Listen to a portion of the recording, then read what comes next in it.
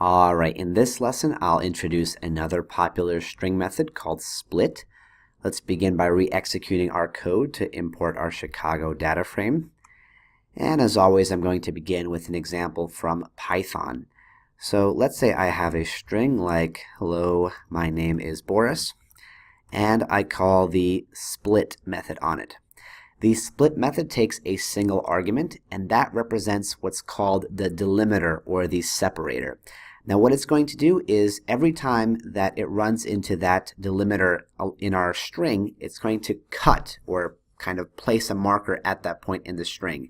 And what Python is going to return to us is a list with all of the kind of separated components of the string, with each separator being the argument that we give to the split method. So for example, if I give a string with an empty space here, I'm just going to do a space symbol. Python is going to move along the string. It's going to navigate across hello, and then it's going to locate my first empty space. Because space is our argument to the split method, it's going to split the string at this point, right here. So hello is going to be the very first item in my list. It's then going to proceed to going to skip over that. It's going to run into the second occurrence of the space, so it's going to split the string again at that point. And our final result will be a 5-item list where all of the values have been separated by that space, which is our argument. So you'll notice that the space itself is not present in any of our 5 elements. Hello, my name is, or Boris. So the space is just used as the separator where we kind of divide those sections of the string up. So if we take a look at our name column, let's say we want to find out what the most common last name is, but the names here are separated by the comma. We can see here that we have Aaron, comma, Elvia J, and so on. So we need to find a way to separate the last name from the first name, and luckily we have a common character here, which is that comma. So once again, let's begin with our .str prefix, and then call the split method. And this time, as our argument, instead of the space as in the previous example, let's give the comma. So every time that Python runs into a comma, and this is going to be for every single value in this series, every time it runs into a comma, it's going to split the string at that point. So when I return this, you'll see that we're going to get a 2-item list for every row, where the first item in that list is going to be the last name, and then the second item is going to be our everything that occurs after the comma. Now don't be confused by this comma right here. That's not the same thing as in the original string value. This is the comma that's separating the 2 items in the list. So it's identified the comma and put Aaron as the thing before it and Elvia J as the thing after it in this example.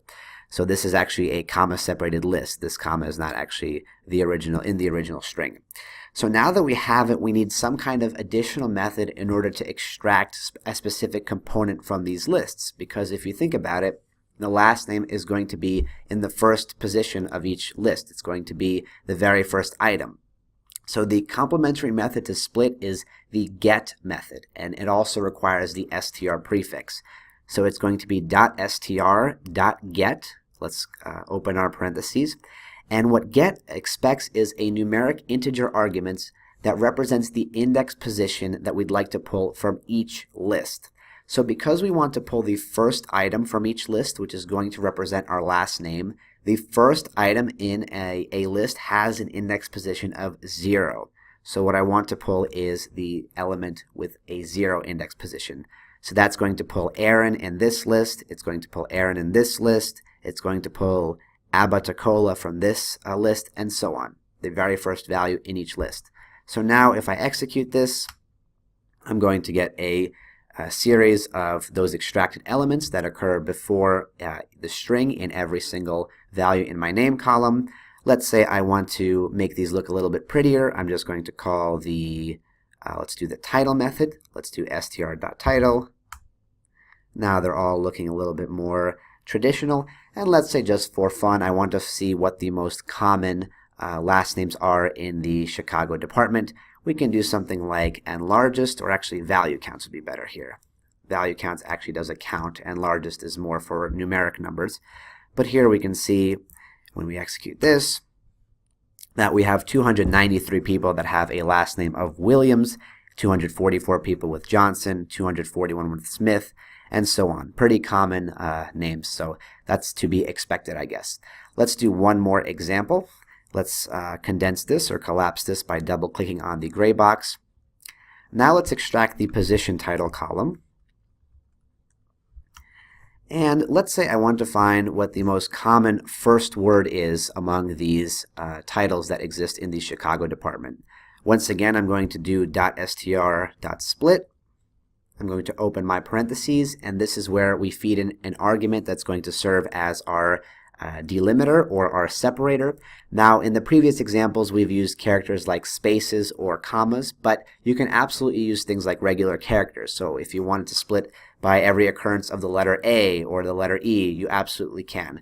My only recommendation if you're going to do that is, again, to normalize the data with something like str lower to ensure you don't run into problems with capital versus lowercase letters. In this case, we want to separate our strings by the occurrences of words. So we want to just put a space as our character. So for example, when it's going to look at the very first value, it's going to do water. It's going to run into a space in between water and rate, split at that point, and also split between rate and taker. And it's going to repeat that process for the remaining rows in our series. So let's take a look what this looks like. So now you can see our lists are going to be a little bit different. In the previous example, we always had the last name, comma, the first name. So when we split by a comma, we always had a 2-item list.